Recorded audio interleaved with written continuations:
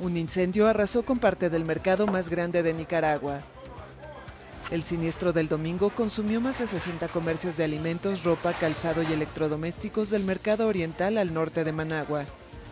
Fue controlado gracias a la intervención de más de 2.000 bomberos, policías, soldados y colaboradores. Según reportes de las autoridades, no hubo fallecidos y un bombero sufrió quemaduras menores. Los locales siniestrados se encontraban en la zona desordenada del mercado en la que existen muchas conexiones ilegales de electricidad. Las causas del incendio aún están siendo investigadas.